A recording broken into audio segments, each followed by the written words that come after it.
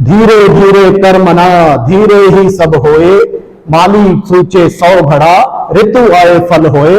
सत श्री अकाल प्यारे विद्यार्थियों, क्या आपको औसत गति निकालनी आती है? आज मैं आपके लिए एक ऐसा वीडियो लेकर आया हूं औसत गति के लिए, जिसमें आप औसत गति निकालना आसानी से सीख जाओगे। जैसे ये सवाल देखिए, एक व्यक्ति किसी पहाड़ी पर 24 किलोमीटर की गति से जाता है और नीचे 36 किलोमीटर की गति से आता है। दोनों समय की दूरी समान है, औसत गति पता करो। एसएससी 2025 का यह सवाल है प्यारे विद्यार्थियों।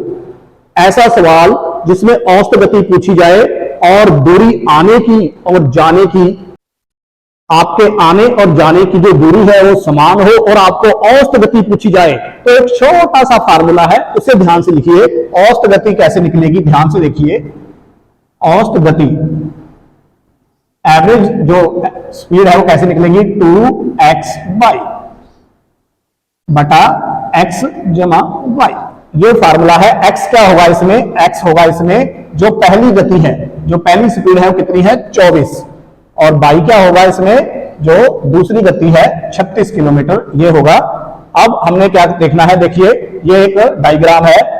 एक पहाड़ी के ऊपर हमने जाना है, जो जाने की दूरी है स्पीड है 24 है, आने की 36 है और औसत गति पूछी है, तो हम यहां पर लिख देंगे अब 2 गुणा 24 गुणा 36 बटा 24 जमा 36। अब इसको हल करेंगे, 2 गुणा 24 गुणा 36 बटा 24 और 36 कितने हो जाएंगे हमारे पास, 60। अब हम क्या करेंगे, शेष का 36, 10 के 60। अब हम क्या करेंगे, 1 और 5, अब इसको हम गुणा करेंगे, 6 चौका 24, 12 13 14 और 5 से जब हम डिवाइड करेंगे तो हमारे पास ये डिवाइड करके भाग करके उत्तर आएगा 28.8 किलोमीटर। ये हमारे पास औसत दूरी जो है वो निकल जाएगी। देखा आपने विद्यार्थियों, बड़ी आसानी से हमारे पास औसत गति निकल जाती है। अगर वीडियो आपको अच्छी लग रही है तो लाइक कीजिए। एक और आपको हम एग्जांपल देते हैं, उससे ये सवाल और आसानी से बनेगा। आइए उस एग्जांपल पर चलते हैं। ये एग्जांपल देखिए बच्चों, एक साइकिल सवार 50 किलोमीटर की चाल से कुछ दूरी तय करता है तथा 60 किलोमीटर की चाल से वापस आता है, उसकी औसत गति ज्ञात करनी है। यह सवाल एसएससी 2025 और एनडीए 2024 में पूछा गया है।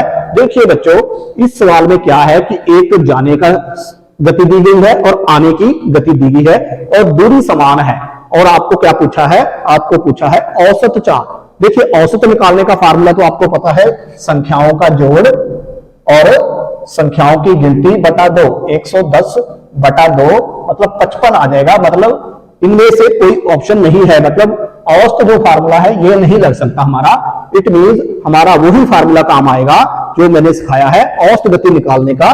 वो क्या होता है, 2x गुना y x प्लस y।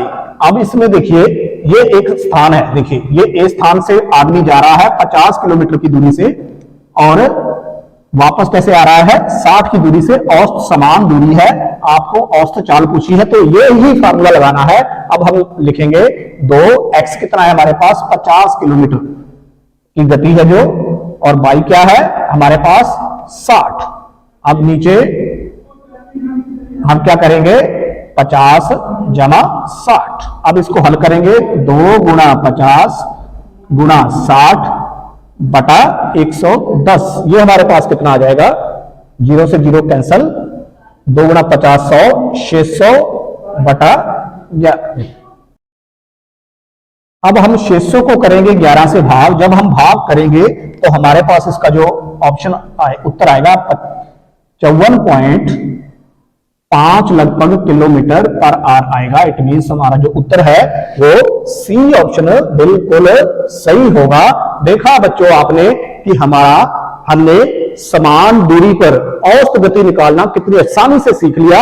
ये फार्मूला तभी लगेगा अगर आने जाने की जो दूरी है वो समान है। अगर दूरी समान नहीं है तो ये फार्मूला नहीं लगेगा, फिर आपने औसत वाला फार्मूला ही लगाना है।